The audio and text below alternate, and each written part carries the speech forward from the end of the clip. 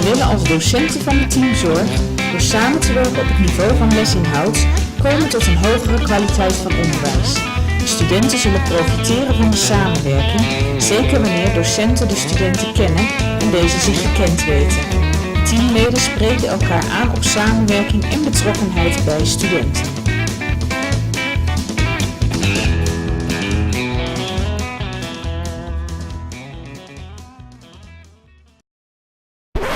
Created using Powtoon.